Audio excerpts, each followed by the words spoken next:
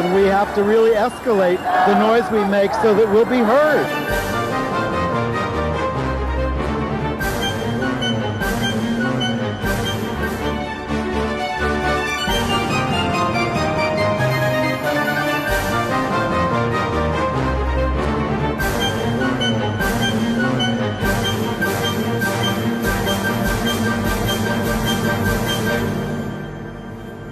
Welcome to Gay USA. I'm Andy Hum. I'm Ann Northrup.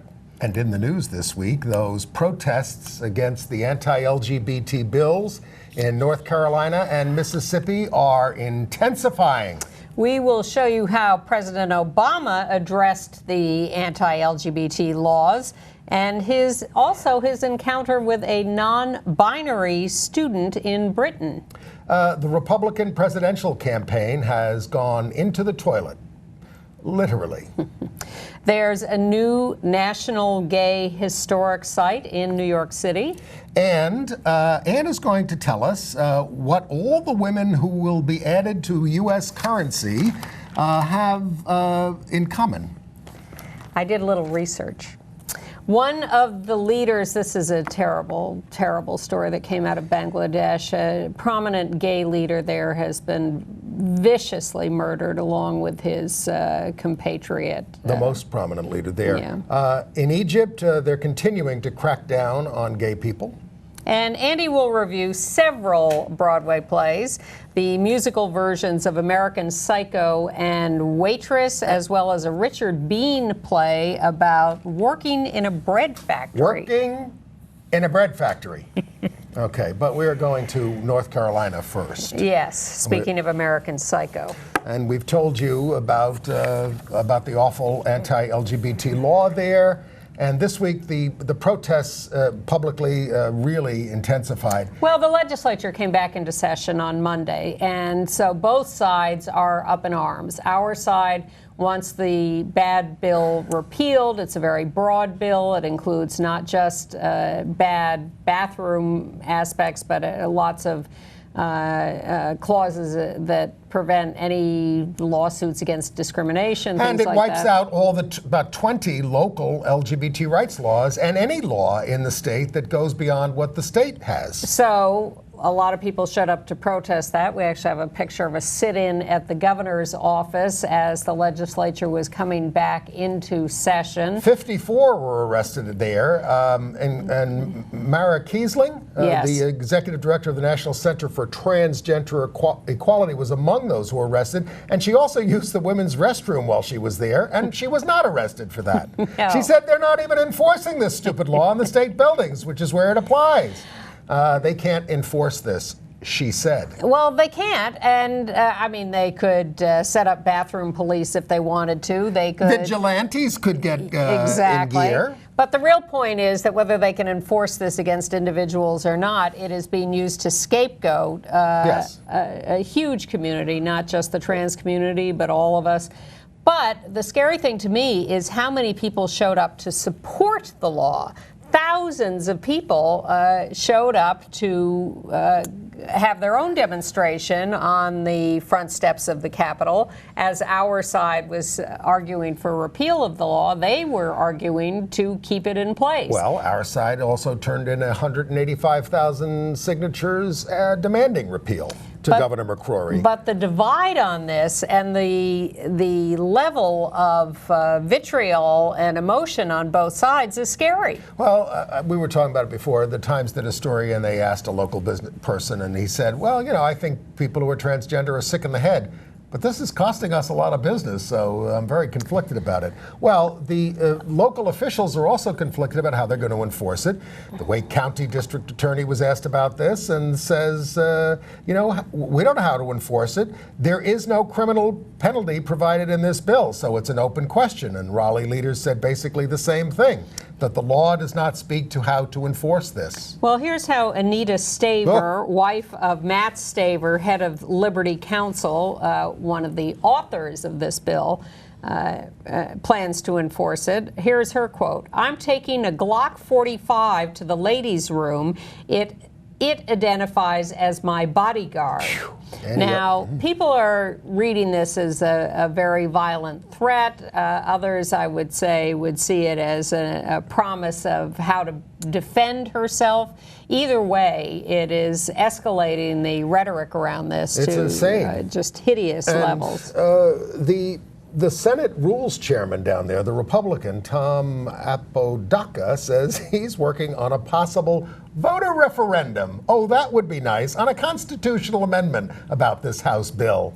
Let's just find out where people stand one way or the other and have done with it. I can accept the results. I mean, you're tearing the state apart. It's just going to get worse. And we saw what happened with a public referendum in Houston. I'm not confident we would win a public referendum, even though the polling in the state at the moment is on our side. But you know, historically, that doesn't stand up. And, you know, Speaker Ryan, Paul Ryan, went on CBS Morning News and was asked about this by Gayle King, and he just punted. Oh, this is what local states should litigate. I try not to, as a federal official, insert ourselves into administering or arbitrating these difficult issues that are moving through society, except when we want to. Well, like the Defense of Marriage Act and things like that. Trump was asked about it on the Today Show. And his initial response was actually quite positive, that there's no real problem here. The best thing is to let the situation stand as it is, let transgender people use the bathroom they think appropriate. And then what did he do the next day when he realized he was running for the Republican nomination for president? He said, this is a states' rights issue, that it's got to be resolved. Let the states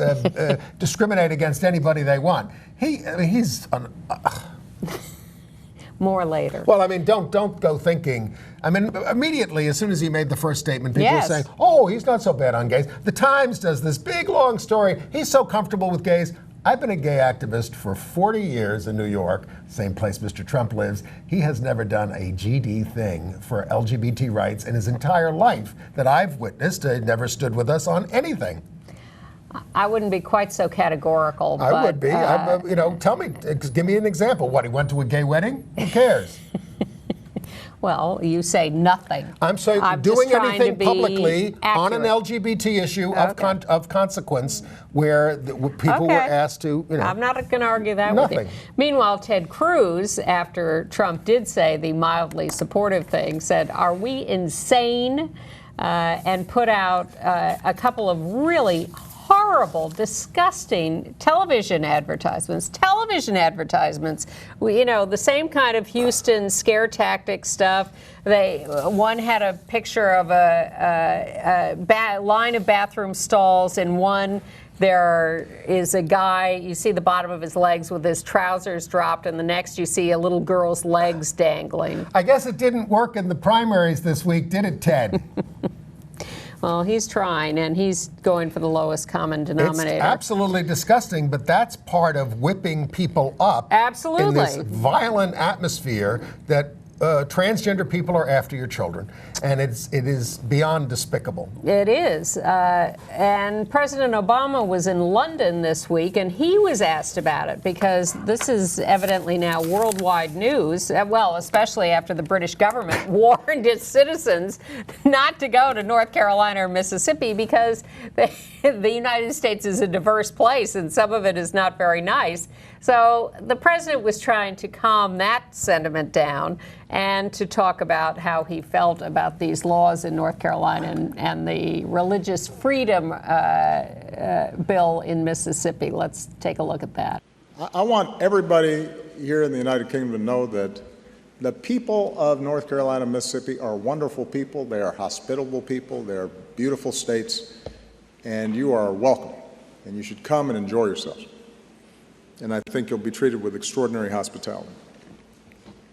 I also think that the laws that have been passed there are wrong and should be overturned, and they're in response to politics in part some strong emotions that are generated by people, some of whom are good people, but I just disagree with when it comes to respecting the equal rights of all people, regardless of sexual orientation, whether they're transgender or gay or lesbian. And although I respect their different viewpoints, I think it's very important for us not to send signals that anybody is treated differently. And I think it's fair to say that we're not unique among countries where, particularly under a federal system in which powers disperse, that there are going to be some localities or local officials that put forward laws that aren't necessarily reflective of a national consensus. But if you guys come to North Carolina and Mississippi, everybody will be treated well. Well, I don't expect the President of the United States to support a boycott of one of our states. Or talk about how Anita Staver may greet you with a Glock 45. So I thought, I'm glad that he certainly condemned the law, but of course he could be talking more about what he, as the President of the United States and the federal government, are going to do in terms of withholding federal funds for states that implement these kinds of discriminatory laws. All in due time, Mr. Hum, all in due time. Meanwhile, the NBA commissioner, Adam Silver, is talking more directly and in more detail about what he's going to do if the law remains in effect. He issued a stronger threat to move the 2017 NBA All-Star Game away from Charlotte. Well, he says, if you don't repeal the law, we're not going. He said that. Yes, exactly. Yeah. Exactly my point. In Asheville, the W.K. Kellogg Foundation has pulled its Truth, Racial Healing, and Transformation Conference from Asheville, North Carolina, because of the anti-gay law. And it was going to be the first in a series, so they're all in jeopardy now. And Asheville, the town government, says that if the HB2 is repealed, they want to pass a Sexual Orientation, Gender Identity, Non-Discrimination Act. Of course, as an act of civil disobedience, they could do that right now. Yes. That would be nice. And some more allies have canceled concerts. Nick Jonas and Demi Lovato. Demi Demi Lovato. Let's call the whole thing off. And the Blue Man Group. Yes, they did. And NASCAR issued a statement condemning the law. Sort of, yes. No, they did. Okay. But in a demonstration that Ann was referring to supporting the law, the state's Republican nominee for Attorney General, State Senator Buck Newton, urged the crowd to tell your friends and family who had to work today what this is all about and how hard we must fight to keep our state straight. Good luck with that. And you know that there's a lawsuit that's been filed by our side against the law, challenging its constitutionality. Yes. The legal teams have added a trans student to the lawsuit because of the Virginia case where the federal court declared that you cannot bar trans students from bathrooms that correspond to their current gender identity. So a student has been added to the North Carolina lawsuit specifically to play that card. And a lesbian couple who were rejected by a fertility clinic in North Carolina have also been added to the lawsuit. But the right wing is now starting its own approach to this. They have filed a Freedom of Information Act request for all correspondence between the current Attorney General, Roy Cooper, who's running for governor and who is on our side and refusing to defend the law, and LGBT groups. We have asked for the correspondence between the governor and the legislature and right-wing groups. They are asking for correspondence between the Attorney General and our groups. What's good for the goose is good for the gander. And transparency. Especially when you're dealing with the most powerful group in the country, the Human Rights Campaign. And let's have the transcripts of all the speeches, too. Yes. And the tax returns. And we did tell you about Kurt Schilling and the trouble he got into over anti-transgender tweeting. He has been fired by ESPN. Yes. He's vile. He said vile things, and he's not sorry. No, he's not. And of course, the conservative media are on his side. Although I've also seen some conservative commentators on places like Fox. I've seen sound bites from them that say that all these laws are stupid and unnecessary. And I mean, when Charles Krauthammer is supporting us, that's an unusual day. They're the ones who unleashed all these crazy people in the country. Exactly. 250 groups dealing with sexual assault and domestic violence issued a statement warning that these anti-trans bathroom bills are only escalating violent situations and are not a good idea. Well, you know, since everything is centering around bathrooms, the group, the National Center for Transgender Equality, has now dedicated a whole big page of its website to this. It's called Flush Discrimination.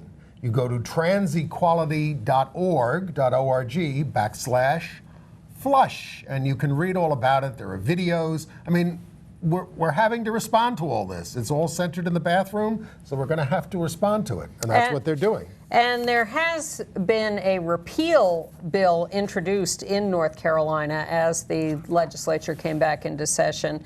It would allow non-discrimination laws to be passed locally again, allow local minimum wage laws to be passed locally, allow trans people in the public restrooms that are appropriate for them, allow state discrimination lawsuits. And it would also fund the North Carolina Human Relations Commission.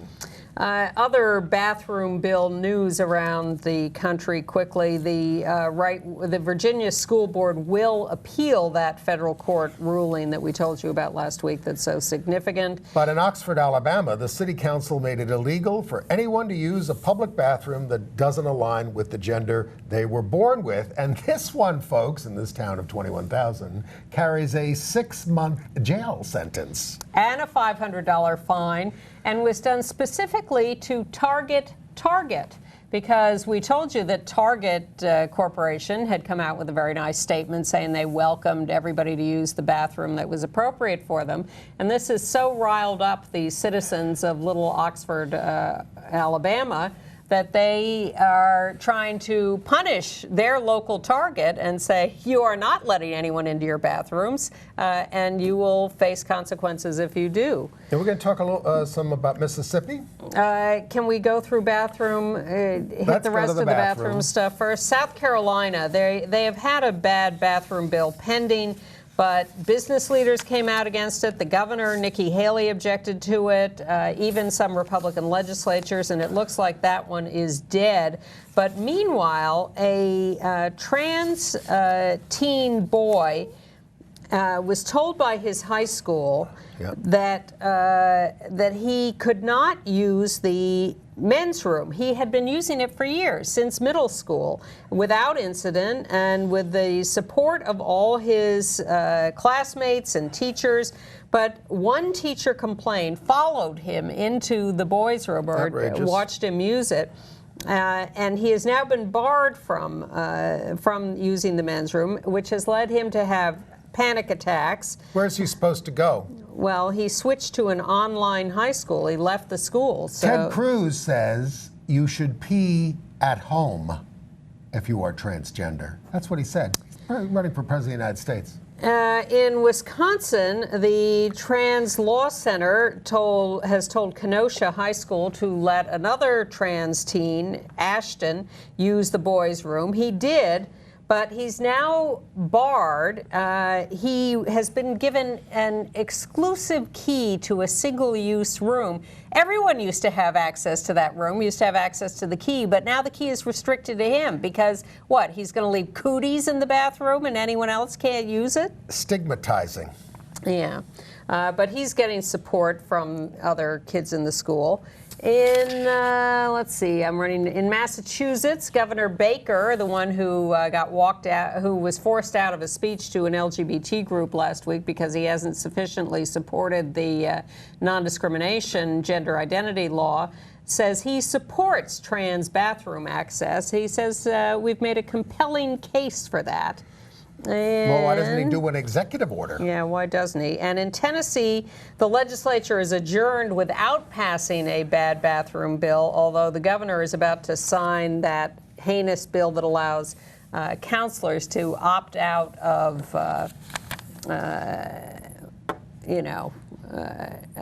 counseling for religious reasons. But Hawaii passed a bill banning discrimination versus transgender people in insurance. Yes, they did. So some All right, things now get you want better. to catch up on Mississippi? Well, now, we Mississippi is a religious freedom Yes. referendum. And HRC, the Human Rights Campaign, has gathered 75 leading CEOs and business leaders to condemn it. The Jackson Public School Board of Trustees voted unanimously to extend fully inclusive sexual orientation and gender identity workplace protections for their employees. So there's a response to this. In Biloxi, pop singer Belinda Carlisle held an press conference against this bill, and the Ocean Springs mayor, Connie Moran, stole that show by condemning the new law as hateful and un-Christian. Well, the person who really stole the show in Mississippi was Michelle Obama, who was there to give a commencement address at Jackson State University, historically extremely important as the place a couple of days after Kent State, where the National Guard also shot and killed students in 1970. But she talked about the need for civil rights for all, including LGBT people. And there's going to be a big march on Governor Bryant on Sunday, May 1st. The Human Rights Campaign Mississippi is joining local advocates there for a rally.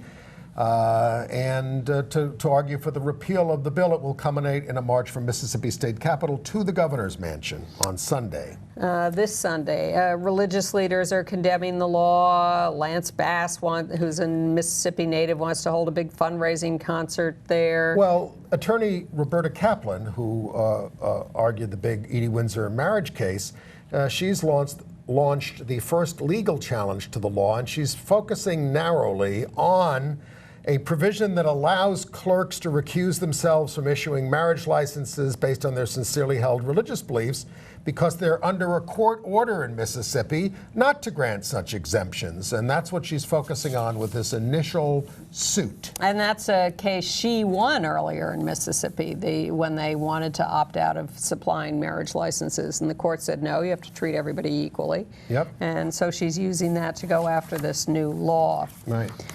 All right, and Alabama is moving ahead a bill that will replace marriage licenses with marriage contracts. You register your marriage contract instead of applying for a license to marry. It passed a House committee this week. It has already passed the Senate. Well, Kim Davis lost her final appeal. Yes, she did. Maybe not her final appeal, but she lost her appeal. She wanted the right not to have anything to do with same-sex marriage. Yeah. Well, she won that right, I think, but she lost the right to get any damages for having been sent to jail and having been put through the ringer. Now, we're worried about what's happening in Missouri. As we sit here, they're going to be voting in committee on a measure that would put a constitutional amendment on the ballot to give protections to people who oppose same-sex marriage. And that will be a horrible show there in Missouri if they have to go through that process. But it is totally up to the legislature. It was already passed to the Senate, despite our efforts to filibuster it, or their efforts to filibuster it. And the governor has nothing to do with it. It's going to be a big issue in the campaign this year. The governor does get to decide when it goes on the ballot. It could be a special election, could be the general election. Well, we're in trouble with this election because this could be a rerun of 2004, where Bush won re-election by putting all those marriage votes on the ballots around the country. I know that's what Karl Rove's plan was. I think that there is some dispute about that, whether that's what lost John Kerry the election. John Kerry was a stiff and would have lost the election under any terms, but it certainly didn't help, and it probably contributed to some of the vote getting. At this point, some things like this can energize our side to come out. I know we don't do well in some of these referenda. We did bad in Houston. Yeah. But it can get our side energized as well. Andy is an optimist. Well, I'm more of a cynic. Okay.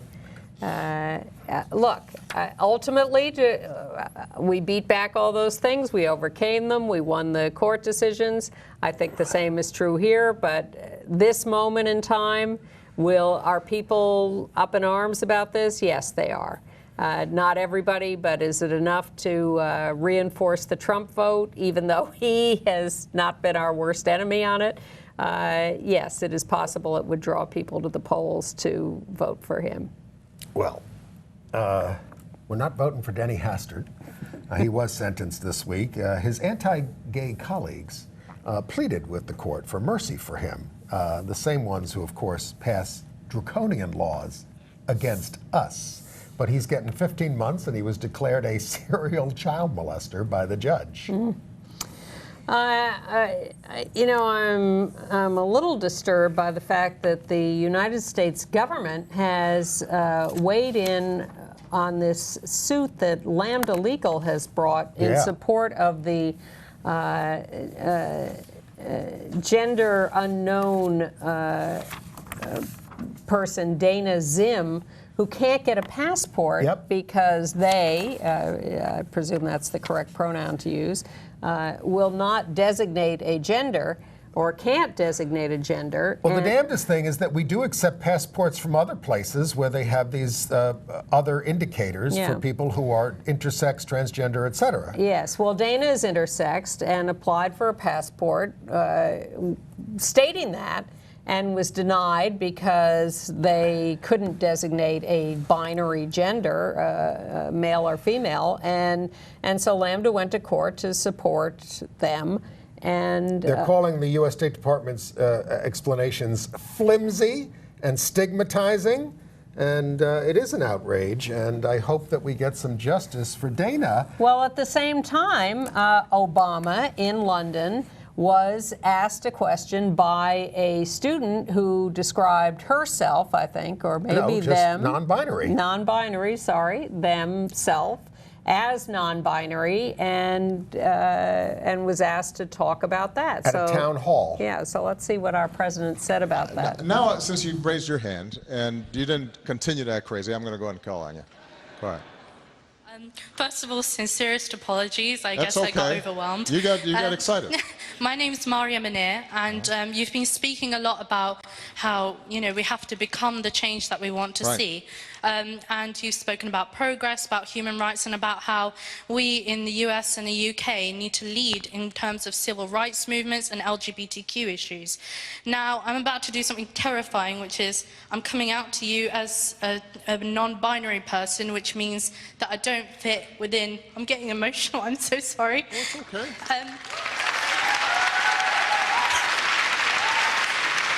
Because I'm from a Pakistani Muslim background, which inevitably has cultural implications, and I know that in North Carolina recently with the bathroom bill, people are being forced to obviously produce birth certificates to prove their gender in order to go to the toilet. In the UK, we don't recognise non-binary people under the Equality Act, so we literally have no rights. So if there was any discrimination, there's nothing we can do. I've been working for the last 9 months with the UK Civil Service Fast Stream with Gillian Smith in order to do what I can, even though I'm still at university and running for local election at the same time in Watford. I've managed to get them to respect pronouns. I've managed to get them to commit to gender-neutral toilets. And these are things I've done as a student. And I really, really wish that yourself and David Cameron would take us seriously as transgender people, and perhaps you could elucidate as to what you can do to go beyond what has been accepted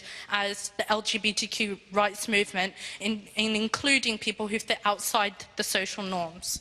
Well, look, I think that...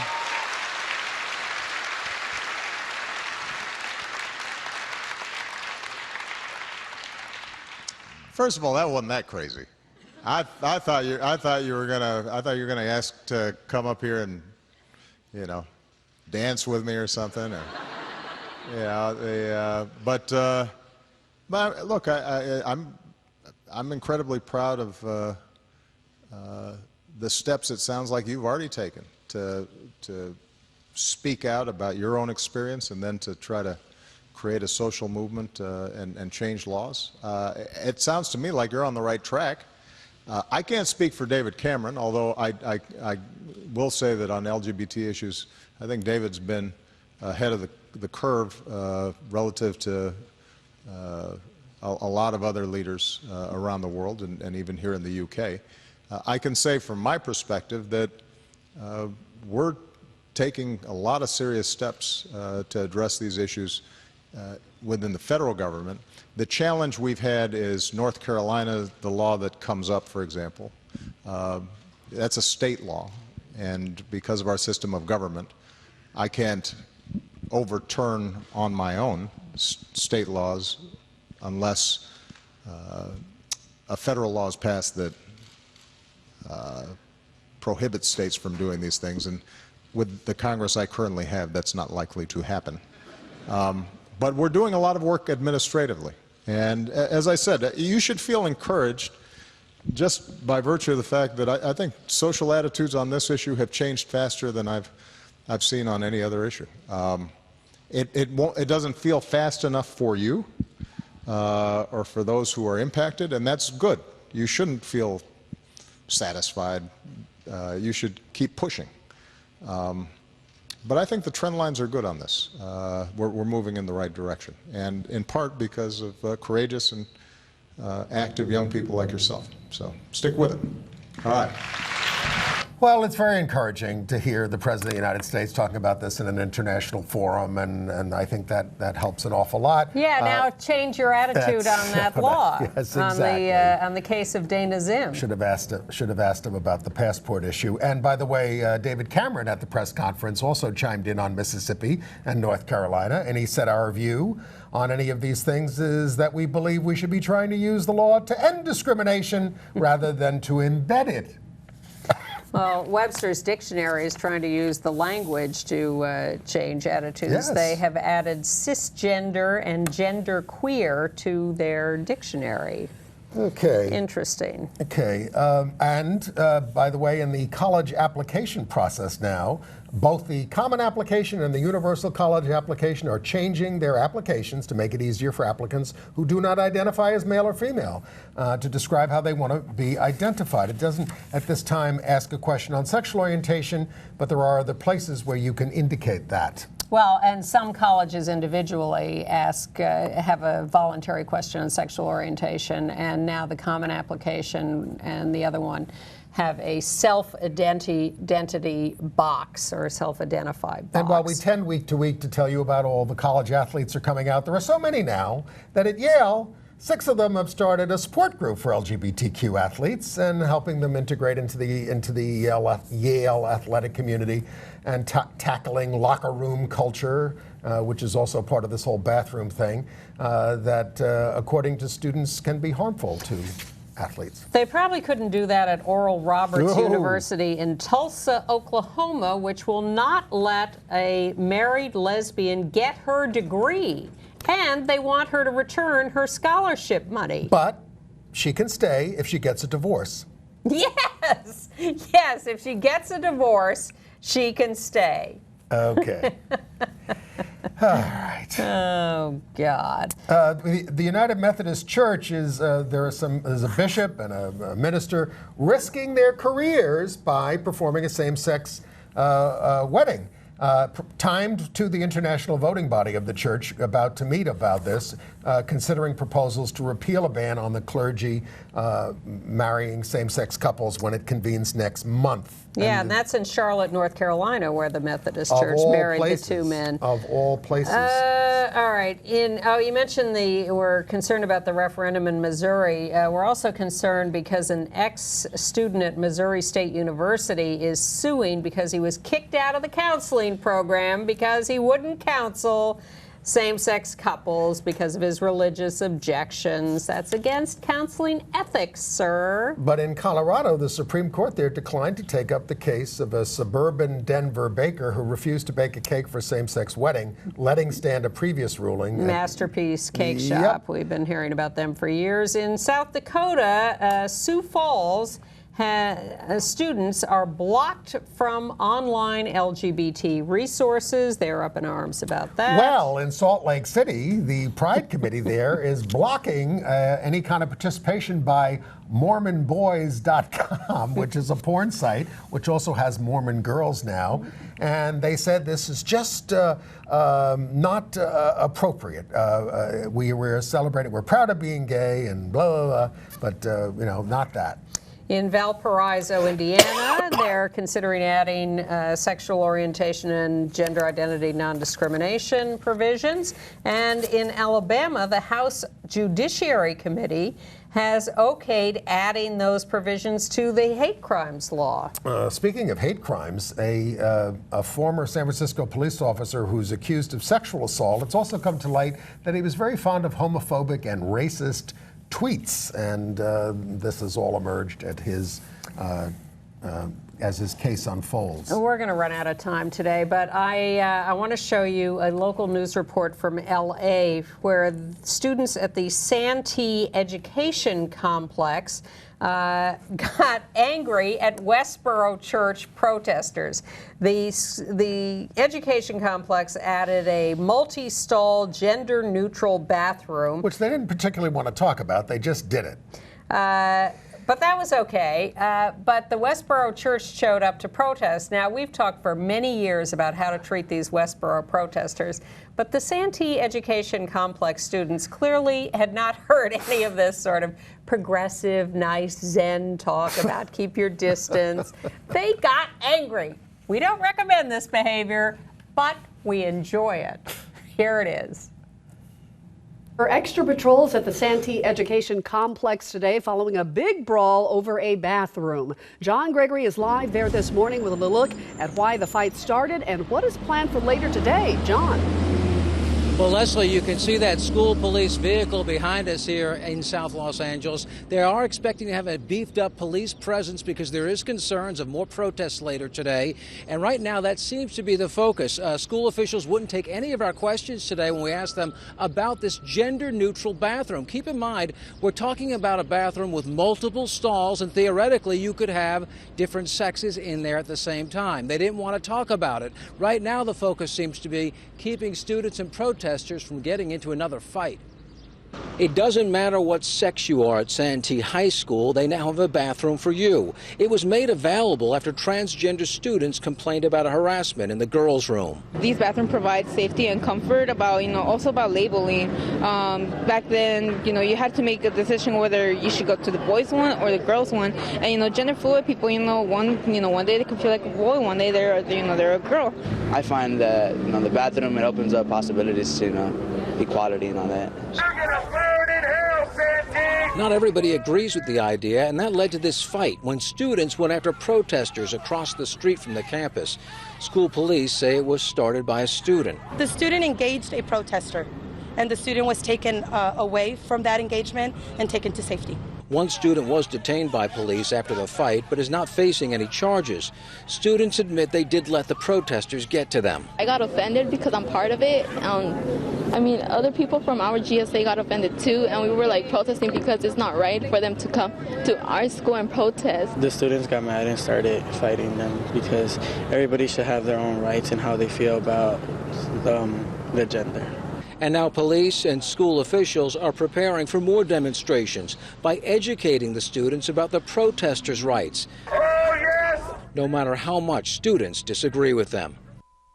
Now, school officials did issue a statement this morning. However, they would not answer any of our questions about the students who were involved in the fight and whether any of them had been suspended. They also would not talk about this bathroom and how they're going to regulate different sexes using it at the same time. We're live in South Los Angeles. John Gregory, ABC 7 Eyewitness News. They're not going to regulate people using it at the same time. That's the whole point. It's available to everybody. Right. Again, we're not condoning violence. Well, I almost clocked a protester at a demonstration once. I was covering this. They were trying to cancel the Pride Parade. This is in the height of the AIDS crisis, mid-'80s, 30 years ago. And they looked at me, and I have a birthmark on my cheek, and they go, "Oh, look at him. He's got AIDS. He's got AIDS." They were celebrating. And I just, it was a horrible time. And I just, but I didn't do it. I'm nonviolent. Try to be nonviolent, but it's hard sometimes. Well, whether just the whole attitude of the students at that school, beyond the violence, just their openness to difference and complexity is beautiful, and I couldn't resist showing you that. And it turns out that former U.S. Senator Harris Wofford is open to difference. He was married to a woman for 48 years, and he's now 90 years old, and he's just come out about having had a 15-year relationship with a guy, Matthew Charlton, and they're about to get married on April 30th. He's a former senator from Pennsylvania. Congratulations to LGBT activists in Reno, Nevada, about to open their first building as a community center. They've had an operation since 2009, but this is the first actual building. And so that's happening this weekend. And congratulations to the bar Julius's in the Village. It is now on the National Register of Historic Places because it's the place where we won the right to drink 50 years ago. Congratulations to the Puerto Rican Day Parade in New York City, which this year on June 12th will celebrate LGBT activists and the LGBT community. There have been LGBT groups in the Puerto Rican Day Parade for years. It was never a problem. But now the parade itself is celebrating LGBT people. And congratulations to all these people who are going to appear on our currency. 8 women, 1 man, Martin Luther King Jr. What do these 8 women have in common? Google them. Every last one of them is listed as a probable lesbian.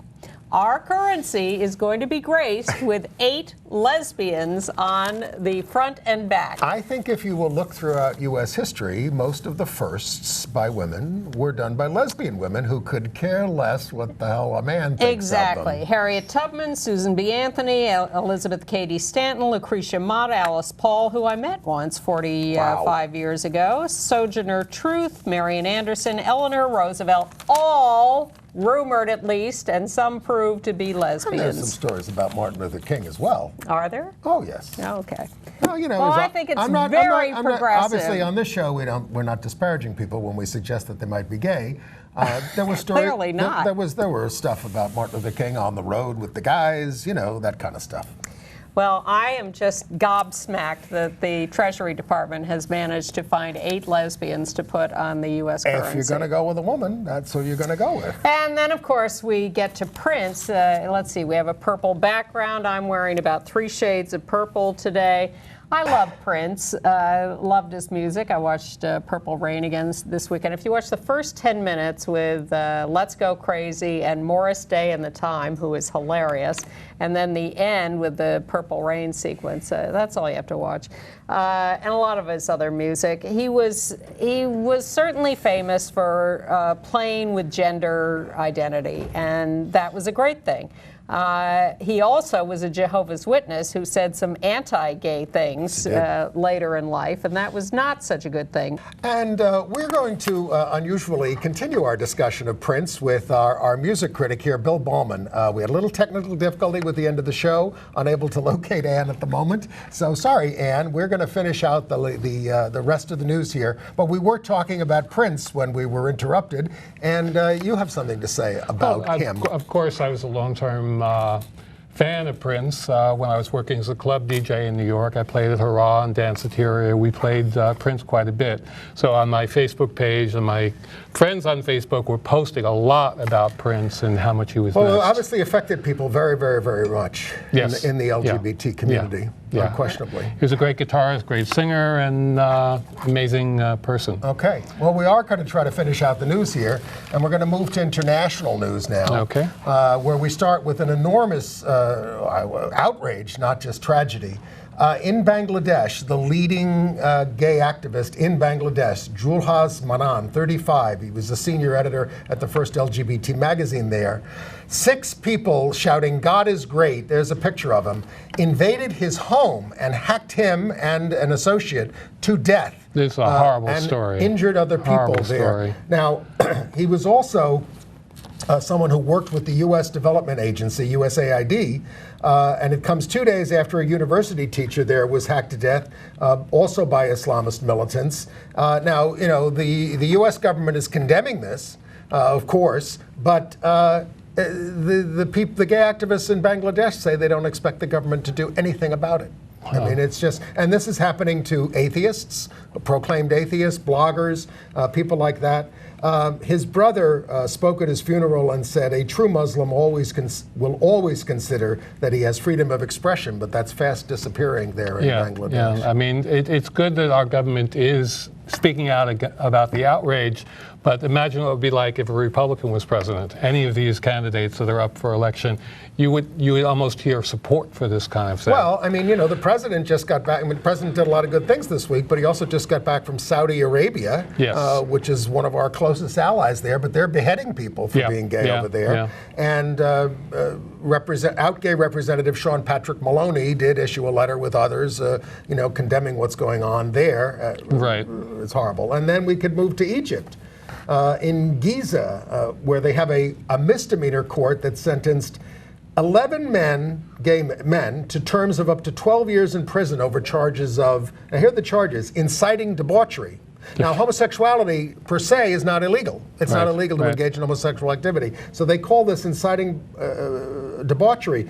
3 people were sentenced to 12 years in prison, while the rest were given between 3 to 9 years. This is because of postings on the internet, right?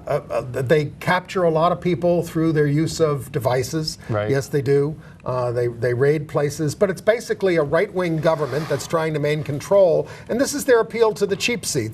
And again, Egypt, a country that we give jillions of dollars in aid to, and we don't demand... Well, all those bathroom bills in the South are the appeal to the cheap seats as well. Oh, for them. But there was one bright sign in Egypt this week. Omar Sharif Jr., he's the grandson of the famous actor who was in...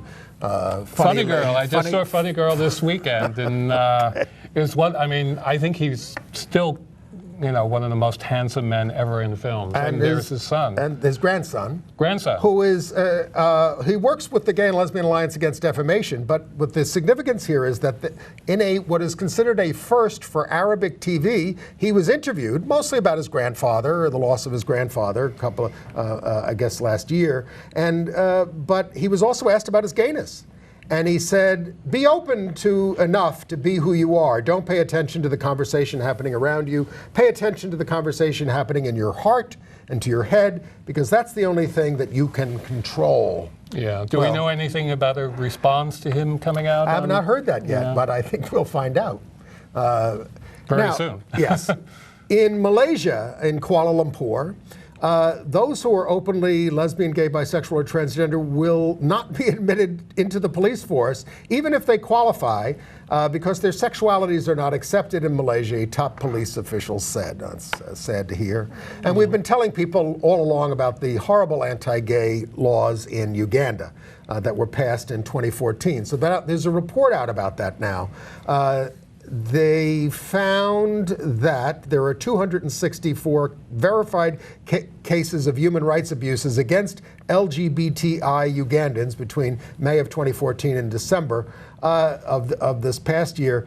It says 84 of those cases were loss of property and employment and other forms of intimidation. 48 of the 264 cases involve violence, including torture by the state in Uganda. Yeah, I just want to say about Malaysia, we mentioned that country.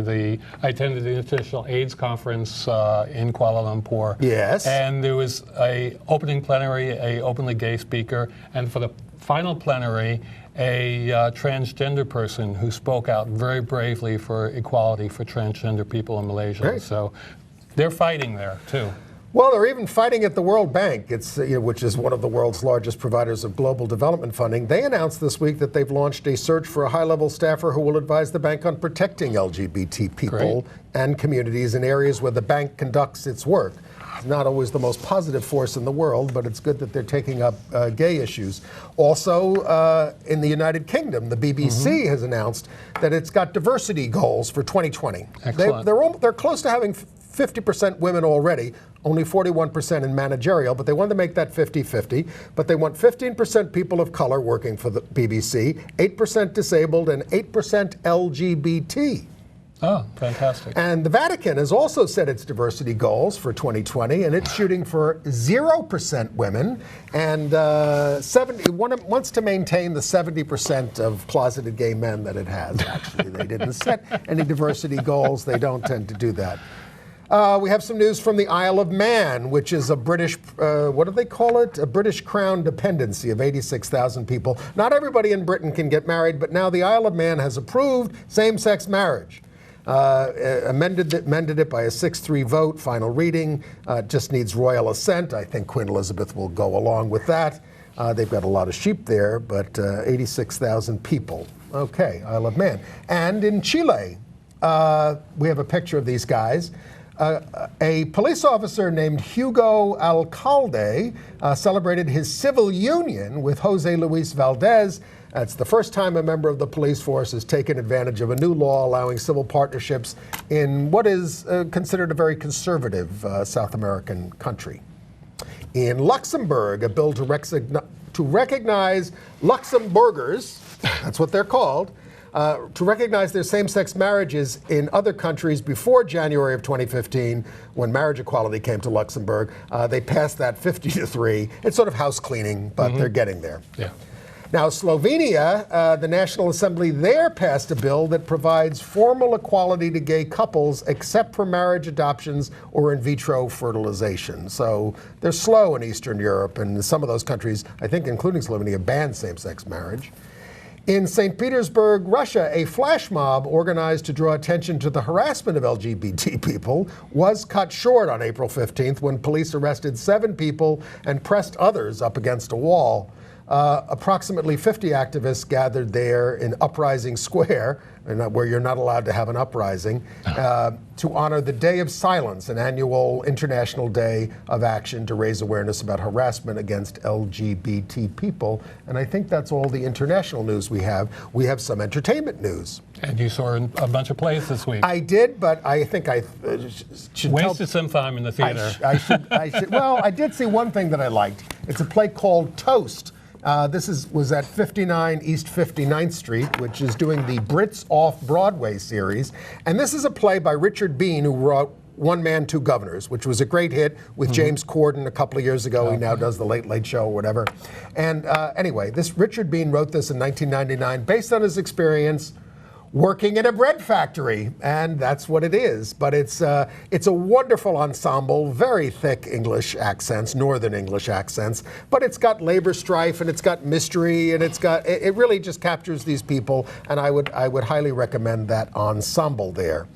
Now, on the other hand, I saw American Psycho the musical, which is about as awful as it sounds. You said that you were looking forward to this. Well, actually, I've seen some clips that they have on YouTube from the play, and it looks very stylized and quite amazing in terms of the acrobatic dancing on stage and so on. There are some. That's Benjamin Walker there in the center. He plays Patrick Bateman, the central character. Well, I mean, every guy and woman in the show is completely buff, and most of them are working, showing off what they have. So there's that, and it's a musical. But it is vile. I mean, it's about buckets of blood. Well, you know the movie and what it's about. But I mean, they kind of make most of the supporting players into cartoon characters, and you really, I mean, it's and certainly. Who was the composer? Certainly very. I think this is a Duncan Sheik show. Yes, he did Spring Awakening, which I liked. Who said he was inspired by Depeche Mode in terms of doing the electronic score, which I thought was interesting. I mean, it's a meditation on the excesses of the 1980s. It takes place in 1989,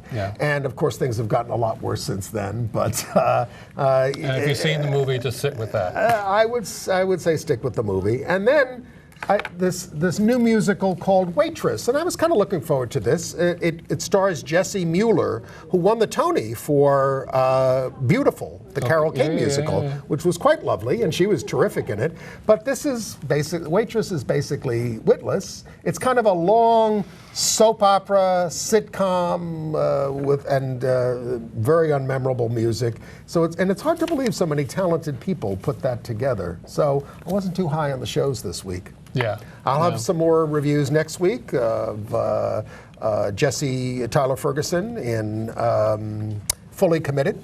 Okay. And Long Day's Journey into Night, and I think in a couple of weeks we're going to see Paramore together. We are. The Cirque du Soleil musical. This is the end of the season. Okay. Something you can all see, but it's not until December. You know how NBC does those live musicals? They did Peter Pan, and they did... Sound of Music was the first one, which was kind of fascinating to watch. Yes, they did. So what's the next one? Hairspray. Wow. This is, of course, based on the John Waters movie. Harvey Fierstein wrote the book and is in it. He's going to be in it. He's going to reprise his role as Edna Turnblad. Jennifer Hudson, who's now in The Color Purple as Shug Avery, is going to be Motormouth Maybelle, and Martin Short is also going to star in it. That's I assume playing Edna's father, right? I would. You mean husband, maybe?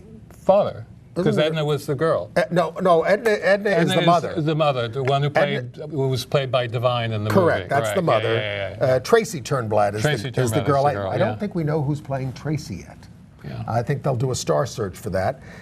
So yeah, I would assume that. So that's coming in. But it sounds great. That's coming in December 7th. Well, yeah. It's a great choice, and Harvey's very excited about it. He is. And there was a posting about how Fun Home, which is basically my favorite musical in town. And Anne's too. Yeah, it's based on a graphic novel about suicide, sexual identity, and infidelity. There's a story about how it was shrewdly marketed as a family-friendly musical. And the guy who did it said, we made sure that it's never ever associated specifically with the plot or the subject matter in the marketing. So that was the way they went about it. They don't tell you it's about lesbians and it's about a gay father who kills himself, and you know that. I'm not giving anything away because they announced that right at the top of the show. Yes. I mean, you come in and you do that. We made sure people realize that it's a beautiful, universal family story of self-identification, reflection, and ultimately hope, and it is that. Yeah. I mean, sometimes you describe things to people and they don't want to go see them. They have to experience it, and Fun Home really is, despite what it's all about, a terrific show. So, well, we made it, Bill. Yes, it's nice to be back on the show for a guest appearance, which I was not planning on. But Bill, we've been having some problems with people accessing the podcast. Why don't you tell people how they can do that? Because we went through a transition in terms of our website, which is www.gayusatv.org. Right, which I urge all of our viewers to go to our website. There's lots of information on our program. You can sign up for our email list to get a weekly email about the show, but the podcast. And also you can, you have my email addresses up there on the website as well as my bio, and you can write directly to me from the email that's there if you're having any problems with the podcast. If you have a problem, it's not loading, try unsubscribing to the podcast and then resubscribing. That should fix most of your problems. And if you have an Android device, we have information on our website about how to access our podcast for an Android phone or tablet. And we thank you for getting that podcast up all these years. Yes, I've started around 2006. Thanks, Bill. Yeah. We didn't kill Ann off. This is an American Psycho. We will be back next week, and thanks for being with us. Thank you. Bye-bye. Have a good night.